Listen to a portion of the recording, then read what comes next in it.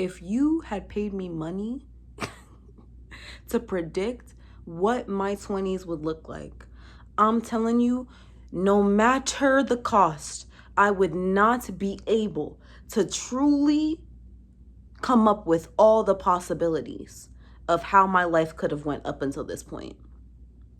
And I'm not saying that to be funny. I'm not saying that to even be facetious. I'm saying that to be real. I'm saying that to be genuine. Like, I genuinely don't understand how I got to this point, and I don't understand how I'm going to get out of it. Like, that's the main thing I fear, genuinely wondering, how am I going to get from here to where my hopes and dreams lie? And then it's the recognition that even when I get to this elusive place where my hopes and dreams lie, that is never going to be enough. I will always want more once I get there. I say this because I know. I say this because there are many things that I'm living in now that were dreams of my former younger self. But that former younger self is just not aware of the truth that is the existence that you're trying to push yourself into, that you want to exact upon your life. It is honestly nice as long as it is an illusion. You know, like, as long as it's an illusion, as long as something that you can think of, something that you can control within the vastness of your mind, as long as it's contained to here instead of here, okay, well, that's tolerable. My nervous system knows how to react to that. But once it becomes something that I have manifested into my real ass reality, all of a sudden everything is different. And that is the everlasting hopelessness of feeling like no matter what I achieve, I will always want something different. I don't know. It's like life tries to give you, it's not even life, it's society. Society tries to give you this metric where it's like, okay, do this, this, and this, and this. These are the recipes, right? This is the fact sheet, whatever you want to call it, the guidelines you have to follow in order to achieve what is a good human life. And I'm looking at them. I'm like, okay, I achieved that, achieved that, achieved that. None of it felt like anything. None of it felt like anything. I remember literally graduating college and like the week, 2 weeks, 3 weeks, 1 month before, depressed. Like, this is something that statistically, a lot of my people who look like me, they don't do that often. It's supposed to be this heralded thing, right? Why do I feel such emptiness? And I think that's true with a lot of things. Even when it comes to relationships, I'm starting to think this elusive, like, love, everlasting love that they try to create for us, especially for women, like, they really gave us this idea that, like, every woman's going to experience that one true love. And I feel like we project that onto all of our partners only to find eventually, inevitably, they fall short. And that deep disappointment you feel when it happens is, like, indescribable, especially if you're a lover girl. Oh, Lord. And so it's like every single time I achieve something that is supposedly supposed to, like, it's supposed to be this whole big thing in human existence to even have achieved this thing, like you are living the good life, right? Why do I feel miserable doing it? Why do I feel such profound when I tell you the emptiness of all of it? And that is where I had to come to the conclusion, because as someone that was raised under religion, I've talked about this, like, there are so many ways in which you measure yourself, in which you're constantly monitoring yourself and being like, am I coming up short? Am I doing good? It's literally like an everlasting homework assignment. My God, like, life is literally homework every single day. Like, you're just making sure that you're meeting the marks, checking off the boxes, so that finally when the Lord grades your assignment, you'll get a passing grade. And my priest at my old church used to say, like, oh, no, don't shoot for purgatory because you might miss. Why are you telling that to children? But no, I mean, obviously I get the thought of the people that are indoctrinated by this religion. It's like, I understand why you feel like you need to share this information, but at the same time, are you doing any critical thinking about the information that you're intaking and then sharing upon the people that you're supposedly supposed to be loving for, like supposedly supposed to have such high feelings for? I'm just supposed to save you. I just want to save you, brother. It doesn't feel like that. It's not giving. It's not giving. And that's my thing. It's like, when I'm truly questioning how to do this whole thing called life correctly, it's like the answers cannot be found in religion. They can't. I mean, when you talk about the prophets, when you talk about the people, You know, like the Buddha, Confucius, Jesus, you know, like Muhammad, you know, there's so many different people across time. And when you actually look at the nature of the things that they were discussing, a lot of their beliefs are pretty similar. And that's interesting. But, and I don't have the wherewithal to really break down the history to you right now. Another video, another day. But my point is, it's just like, what is my point? What is the point? And then that's my whole issue. Like, I'm just here trying to find the point. And I feel like I'm failing miserably. But then I realized that whole grading system that I just talked about, okay, that was aforementioned, is an illusion. It is literally Plato's allegory of the cave, where you feel like you're being measured on certain metrics of morality. Were they a virtuous human being or not? That will define whether or not you get to the eternal happy place or the eternal sad one. Hello? Like, this is straight out of a storybook. That's what it is. And that's what I'm like, it's like evaluating how much of my life, because of course, this was the belief system that encapsulated my forefathers. And as I am actively deconstructing all of them, I can't help but to think, what if it is the hellfire that is summoning me? But at the other hand, I'm like, no, just the tree by the fruit. Hello, I've said this before. The tree of the Christian religion, the Christian doctrine is quite nasty. It's quite not, what am I saying? It is, I feel like a good indicator of whether or not a religion is righteous is the rates of pedophilia and rape and incest that happen within it. If they have high rates of one of the three, red flag. Why is it that every single religion has a high rate of one or the other? Like, is that just me evaluating things? It's because you turn something that is spiritual, something that you feel, something that you just experience. That is, to experience a human life is to experience a spiritual one. Hello? They are one and the same, but we don't understand that. So to turn it into something that you actively have to like go outside of yourself to seek, and it always comes back to this. To turn it into something that you have to go outside of yourself to get access to, it's inherently capitalist. It's inherently because they needed to find a way to extract wealth, monetary gain, possession, all the etc. from the things that you believe in to the things that you even think of. That's what Kalshi and all this shit is. It is just an amalgamation of everything they've been doing from how many centuries ago? And then they want to tell us to be here and be happy. Like, they make us feel dysfunctional for not being able to function in this fuck-ass society. What the fuck, bitch? Nobody's a person anymore.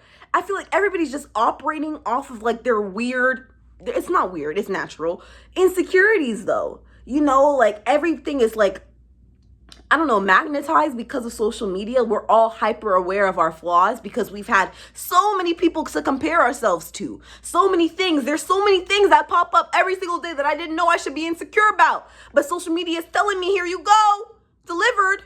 And it's like, okay, with that being known and said, the conditions that are being created now are just individuals who hate themselves. And have you ever tried to be friends with someone who hates themselves? It's not fun. And now that's becoming more often than not. People who literally seek friendship for the aesthetic, not for the communal, collective understanding and that feeling it is to be understood and fully seen by another human being. I just seen a TikTok of this random ass man saying big words. Y'all love white men saying big words. Oh Lord, y'all love that. Y'all will prop them into the high. They must be intelligent. They must be an intellectual. This is the philosophy. If you can't explain these concepts to a second grader, you are not as intelligent as you think. But it's all performance, and that's what y'all don't understand. Anyways, this white man was talking about how he locked himself in his own room and read books, like own place, and read books for how many years. And I'm not going to edit this one. I'm just going to post this. So I can't really give context to most of this because I have to post something because I have to create. But my point is, this random white man was talking about how he locked himself in a house for how long, however long his home that he locked himself in, 6 years, I think, or so, right? Like, go look it up. Go look it up. You'll find it on TikTok. And wanted to give me a 23-minute speech about what he learned. But the one thing that you haven't learned is how privileged you are to be able to have this experience. No, what you want to do is monologue about how you're better than other people because you were able to do this. That's what I saw. That's what I observed.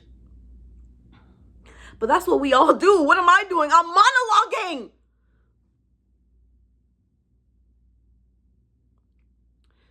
I mean, I just feel like I'm experiencing such a profound amount of frustration at the human experience. You know, I've done all the things. I've learned all there is to learn. And it's never, that is the one thing, if there is one thing I've learned through everything I have ventured in terms of the human condition, it is that it will never be enough. No matter what it is you get, there will always be something else that you want. That is what it means to be human. So when you think of pursuing perfection and all these other things, it just seems kind of stupid. But again, that is what we crave. We crave the perfect existence. We crave the happiest day. We crave, the sunniest day. But then it's like when I think about my life too, because I've been going through struggle. Let me tell you. And I'm not one who talks about it while I'm going through it. I talk about it after the fact when I've already, healed. But just heard it here first. Like, I'm going through it. Hello.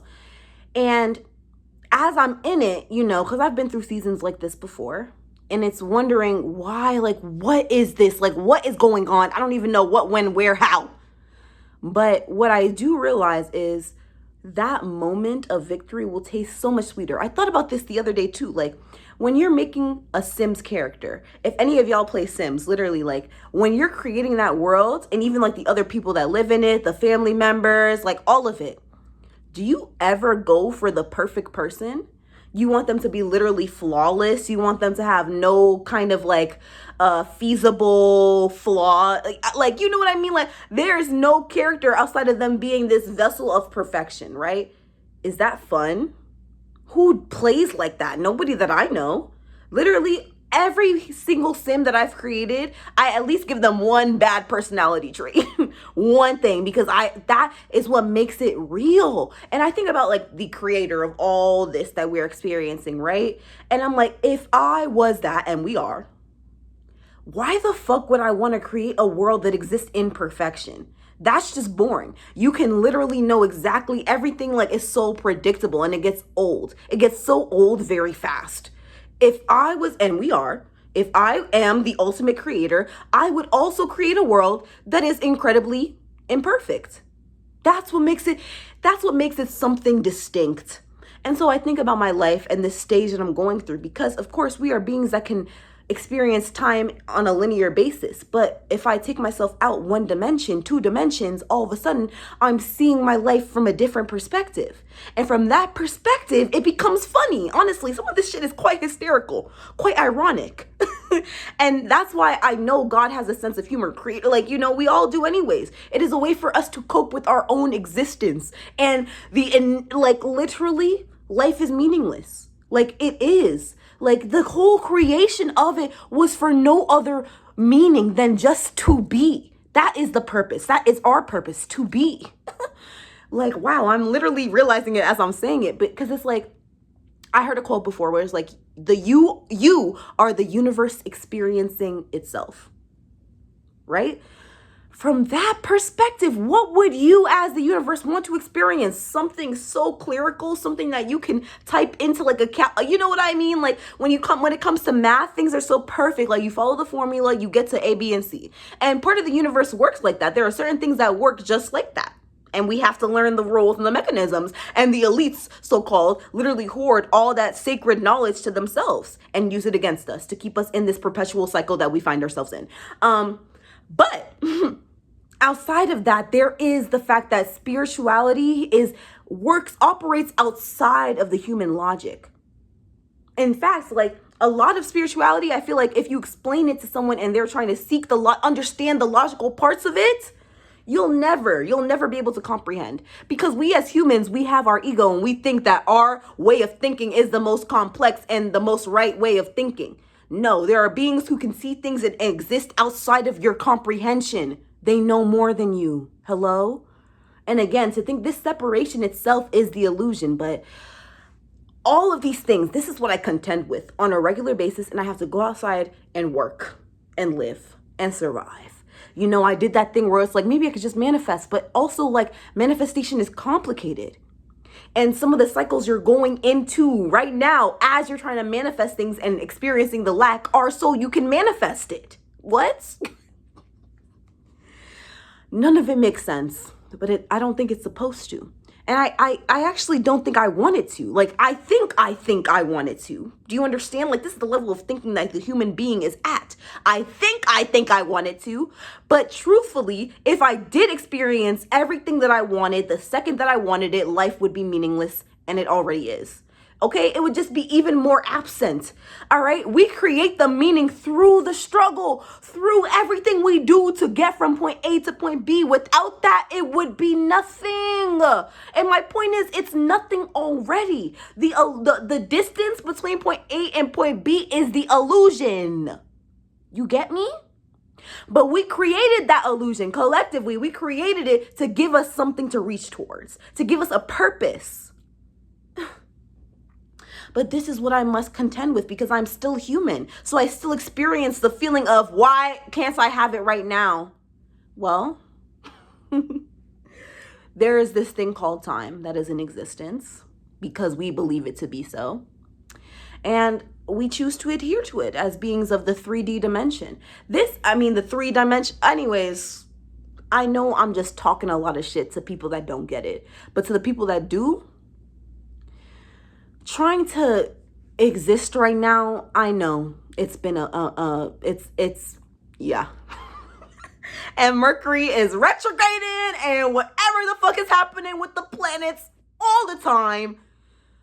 I'm just trying to live, but I feel like deep down, I don't know why, like things are getting better. Like outwardly in my life, at least personally, and in the world, it seems like things are getting worse. But something in my soul is like, my right foot is literally itching as I'm saying this. Things are getting so much better. I don't know. Like, and I don't have to, but that is the new stage I'm moving on to with my life, where it's like, I don't need to have proof of anything that I'm saying. And I feel like that's what they mean when they say faith.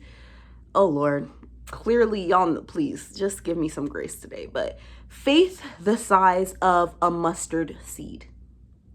Like, because you don't really have to believe your way out of some shit. You're going to have to delulu your way out of some shit. But every time I've done that, like, things have genuinely gotten better. And of course they get worse again, because that is the nature. I remember saying this to my mom one time, like, do you think the trees freak out like when they lose their leaves? Or do you think they know that when spring comes, you know, winter ends, they will grow back bigger and stronger? Or die, but you know. Again, like, do you think nature fights against itself? And we as humans are a part of nature, but we believe, because we can think, we think, therefore we are, like, we believe we're separate from nature somehow. Maybe that was the great separation, the thing that took us out of the garden. Just thought. Because we think that thinking makes things better. But in my experience, I feel like it makes things worse. Yeah. Obviously, it is beautiful to be able to put 1 + 2 together. But here it is. Like, ready? If we didn't know that 1 + 2 equaled 3, right? Would it not still be true that 1 + 2 equals 3? Right? It's like the same thing where they say if a tree falls in the forest with no one around, did it fall? Did anyone hear it? Like, and no one hears it. Like, you know, anyways, you know the saying, okay? But it's like, just because we don't comprehend something does not take away from its existence. That's what I apply to God, especially when I talk to atheistic people, where it's like, oh, just because you don't understand something, that means I don't have to acknowledge it as truth. And I'm like, yeah, that's true. You don't have to acknowledge it, but that doesn't take away from the fact that it exists. Because you can't comprehend it, because you can't logically put it together. Again, just because we don't know that 1 + 2 equals 3 doesn't mean that 1 plus 2 no longer equals 3. Like, I hope y'all are following me on this somehow. But that's my thing when it comes to spirituality, all of this. Like, someone said that to me before. Like, magic is just science that is not understood, not yet understood anyways, right? Like, people used to think that it was magic that the sun rose and set every single day. Now we have an explanation. You know, things change. And so I think about that too when I worry about my own life. I'm like, do I worry about the sun rising every day? No, there was a time period in the world where I would, but that's only because I didn't know the science behind what makes the sun rise and set every day and how long it would feasibly take and da-da-da-da, right? Like, there are certain things now I don't know about. And that's why I freak out about them, right? I don't have the knowledge to be like, oh, the sun is going to set, you know, because da, da, da, da, da. I don't have the knowledge to be like, oh, I'm going to get this job. Oh, I'm going to get this opportunity. Oh, this is going to happen. Because I don't have access to that knowledge, to the scientific method that makes it all something that is created, right? But that doesn't mean it is any less valid. That doesn't mean there is not something that's happening in the background right now that I can sense, but I can't really name. And that's my frustration. And that's the void that I'm existing in at this stretch of time in my life. And so if the videos are sporadic, and I'm working on it, because that's why I posted this right now. No edits, no nothing, because it's like, fuck it. Part of me in the past would have been like, perfectionism, I have to edit it. But like, I'm literally trying to edit something right now that I don't think I can put out because I think it's too late. Because I took too long editing it. Like, fuck, I'm trying to do this. But it's like, I have to put something out. So I put this out. And I'm not going to edit it because then I'm just going to wait even longer. And then maybe decide not to put it out anymore. So I'm just going to put this out. I hope some of that made sense. I think my point in saying like life feels meaningless is to be like, life is meaningless. We prescribe it meaning. And again, as I'm deconstructing and I'm realizing that my life is not just an existence to earn some sort of elusive afterlife that I can only get if I score A and B and C. You know what I mean? Like, when I'm not living like that anymore, and I'm actually living as in like the experience of, oh, I'm just a human being experiencing what it is to be this version of self from this perspective of the universe at this moment in time. Like, that is simply what I am in a moment, you know? Then suddenly, there is no reason to do anything. There is no reason to stress about anything. There is no reason to bombard yourself about anything. Like, obviously, there are certain things that you just shouldn't do. And when it comes to, oh Lord, there's so much to say. There are just certain things, and maybe that's a video for another day when we talk about the devil and God you know, But my point is, like, just to exist without anybody to tell you how to do it right is its own bag of beans. It really is, bro. Like, and that's what the fuck I'm going through right now. Just learning how to exist without anyone telling me how to. Not my parents, not a religion, nobody, bitch. And I love it. I genuinely do love the fact that I get to decide how I choose to exist. And there are many women, specifically women, Black people, marginalized groups. Our ancestors didn't get this choice. They didn't get to choose how they exist. We do. And that is a fucking blessing, okay? That is progress. Shit, you know, like, but not enough. Never enough. And that is to be human.